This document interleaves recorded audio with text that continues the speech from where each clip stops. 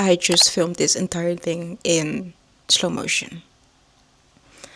So let's try again. Hello everyone and welcome back to my channel, or if you're new, my name is Tanisha and I love taking you along on my reading journey. And I'm going to show you my September wrap up. But I'm going to do it a little different this time because I'm not going to sit down right now at the end of the month to try and remember all my thoughts about the books. I filmed my thoughts every time I finished the book, so only 1 or 2 days after I finished the book. So I had my fresh and honest thoughts to share with you. So let's start at the beginning of the month, which was September 10th, where I sat down to update you on the first 2 books that I read in the month. I finished my first book on the 7th and the next book on the 8th. It is September 10th and it's time to update you on the first 2 books that I read in September. Firstly, I read Severance by Ling Ma, which is about Candace, who is living and working in New York while a pandemic hit the town, or actually the entire world. And this book was actually written before the pandemic hit in 2020. So I was very curious to see how Ling Ma was going to write about it and if it was anything like what we have experienced. And honestly, there were a lot of similarities, especially about how it first hit the news and how everyone was reacting. It really felt like reading about my memories about the first few weeks of the coronavirus pandemic, and I really enjoyed the story. The pacing was very good. You go back and forth between different timelines of the same person, so you're always reading about Candace and what she has experienced, but you're not reading it in a chronological order, if that makes sense. You go back and forth between different timelines, which actually makes the pacing very good and enjoyable. And I also just really liked Ling Ma's writing. Candace was also a very relatable and likable female main character. I really liked being in her head. So I ended up giving the book 3.5 stars. And I don't know if I said it already, but I finished it on September 7th, so still in the first week of September. And after Severance, I finished The River Has Roots on September 8th. This book was about 2 sisters who were living in a small town, and it was a fantasy-esque book. And I made a huge mistake while reading this book because I didn't know what this book was about, and normally I go into books blind. But because of the title and not saying anything about what type of book this was going to be, and also the synopsis not really saying anything to me, at least I read the synopsis and I just didn't understand what the book was about, so I decided to read the reviews. I cannot say word for word what this review said, but I remember the word fairy tale was used and I took it literal, because we in the Netherlands, we have a word for fairy tale which is sprookje, and that's the word for the stories that are told in, for example, Disney movies. So for example, Snow White is a fairy tale, but also Hansel Gretel, Red Riding Hood. And because of the word fairy tale and me taking it literal, I was constantly reading this book with the word fairy tale in my head, and I just couldn't get into the story or really take it in because I was constantly thinking about the word fairy tale and how this book was not like I had in my mind, if that makes sense. So I was too distracted by it not being what I had expected, which made me not really take in the story like I wanted to, and that's also why I didn't rate the book. I'm 100% planning on rereading this book later in the year to give it a second chance and to actually read it without being too distracted by my thoughts. The book only had 133 pages, so I finished it in 2 hours. That's also why I didn't DNF the book, because I was still giving it a chance and hoping that it would meet the expectations that I had set because of that one review. But I don't think it is fair to rate this book very low because this was a me problem. Like, I read the reviews I shouldn't have before reading the book. I went in with very specific expectations. Those expectations were not met because there were not valid expectations, if that makes sense. And yeah, my reading experience was not good. The writing was beautiful. I'm sure the plot was beautiful as well, but I was just too distracted to notice. So I'm putting the book back on my TBR. I don't have the physical copy, but I'm going to put it on my list to read before the year ends. And hopefully I can come back with a rating, because right now the book doesn't have a rating because I was silly and read the reviews. After The River Has Roots, I did a fast forward to September 20th, so about 10 days later, where I finished my third book, and I honestly couldn't wait to talk about this book, especially when I had the book club meeting the day before I updated you, so I had a lot of thoughts. It is September 20th, and I finished my third book of this month called Promise Me Sunshine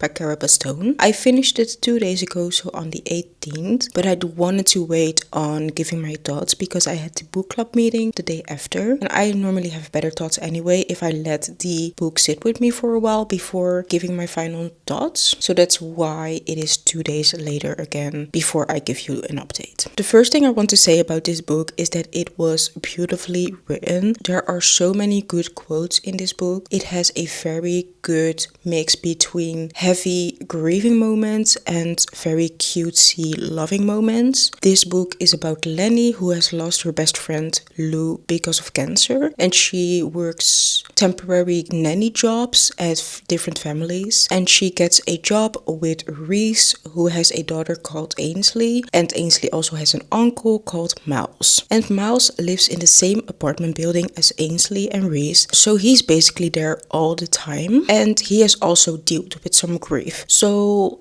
Miles and Lenny are bonding about that. Lenny is still very heartbroken and grieving about his loss. Miles is a little bit more grounded, so he takes her through her grief and helps her deal with it and also helps her live her life again. This is a very slow burn, and with a slow burn I mean a slow burn. They don't kiss or do anything until the end of the book, and normally when you have a very slow burn you get this very good build up which makes you believe in their love. But with this book, I didn't have that necessarily. A girl in the book club actually mentioned this as well, but Lenny leans on Miles for support and comfort a lot, like in unhealthy amount, and it almost feels like he is her therapist. So instead of a strangers to friends to lovers, you get a strangers to therapist slash life coach to lovers. And don't get me wrong, he is not a professional, so he is not actually her life coach or her therapist, but the way their relationship was described was just in a very unhealthy way. She leaned on him completely. I feel like he was the only person she talked about her grief with, and actually her grief and her best friend was the only topic they talked about. So even when they got together at the end of the book, I still didn't feel like they knew each other, because all you know as a reader is how good her relationship was with her best friend, but you don't really know her hobbies, you don't know her ambitions, you don't know anything about her but her grief. And same with Miles, he has shared some things about his past, he has shared what he does for a living, but besides that, you don't get to know him because they are constantly only talking about her, which I get, because when you are in a very, very dark place, I can imagine that you're not really interested or have the mental bandwidth to talk about other people's lives. But if that is the foundation of your relationship, it is kind of weird. There were other things in the plot that I didn't really understand. The writing was on the one hand very beautiful with amazing quotes, but on the other hand there were a lot of inconsistencies and you were not always very sure about the location that you were reading from, and also just the jumps between plot points was sometimes very weird. You get some flashback scenes from Lenny and her best friend, which was very cute to read, and I honestly wished that we got more content about the best friend because she sounded amazing, but we didn't get that. I did giggle out loud throughout this book. There were a lot of funny moments. The female main character was also very quirky, which sometimes she was a little bit too quirky, but it led to very funny moments. There were also moments where I was tearing up. So in that capacity, this book had a lot of depth in terms of the emotions that you get while reading it, but just the weird dynamic, the weird plot choices, this book is not going to get a 5 stars, because normally when I cry at a book, which never happens, it is immediately a 5 star, but this book definitely was not a 5-star book. It was also very easy for me to put the book down and not pick it back up. I was never thinking about the characters. I obviously had a book club meeting yesterday, so I had to finish the book, but I honestly didn't want to read it. It also took me 12 days to finish this book, and it was not thick at all. So yeah, I almost felt myself going into a reading slump because of this book. I have talked so much that the sun has joined me, so I'm going to stop yapping about this book. My initial thought was to give this book a 4-star just because of the beautiful quotes and the emotions that I felt while reading the book. But after the book club meeting and letting the book sink in a bit, I'm going to give it 3.5 stars. I know I talked mostly about the negative things, but that doesn't mean that my reading experience was bad. I could write on the funny moments a lot, and also the beautiful quotes really kept me going. And I also listened to a big part of the book, and the audiobook that is on Spotify was amazing. The audio narrator did an amazing job at portraying the emotions and also just making me laugh out loud at the main character's jokes. So yeah, and then we go to the 25th, where I finished the last book of the month, and I filmed my thoughts almost immediately after finishing it. So let's see what I thought about that book. It is September 25th, and I just finished my 4th book of the month. Not quite that yet, by Holly Jackson, which was the 2nd book club book of the month that I was going to read. The meeting hasn't happened yet. It is in a couple of days, but I really wanted to talk about it right now, so that's why I'm updating you immediately after finishing the book instead of waiting after the book club meeting. So yeah, Not Quite Dead Yet is Holly Jackson's newest release and also the only book I haven't read by her yet. So I was very excited to dive into this book. All her other books are highly rated by me, so I'm pretty sure the lowest rating was a 4-star. I really like her writing. I like the way she builds up her characters. I like the way she writes her plots. Her writing style is very addictive to me. It is very hard for me to put down her book. So I had super high expectations with Not Quite Dead Yet. This book is about Jet, who is a 27-year-old girl who gets attacked on Halloween night, and this leaves her with a brain injury that is going to kill her in 7 days. And in those 7 days, she chose to basically do everything that she can to solve her own murder. And I really liked this book. The first 90% of this book was so well written. I had trouble putting this book down at any times, and I was constantly thinking about the characters as well. So the first 90% of this book, I thought this was going to be a 5-star book. I really liked Jet and how she was doing everything that she could to solve her own murder. Obviously, not all the things that are spoken about in this book are realistic, but it didn't bother me at all. Holly Jackson often writes characters that go around the police in terms of researching themselves, and they often do illegal things to get justice, if that makes sense. And I know a lot of people are annoyed when characters go around the police and go on their own investigation, but I personally quite like reading things like that, because I also like reading about investigators doing the investigation work. So why wouldn't I like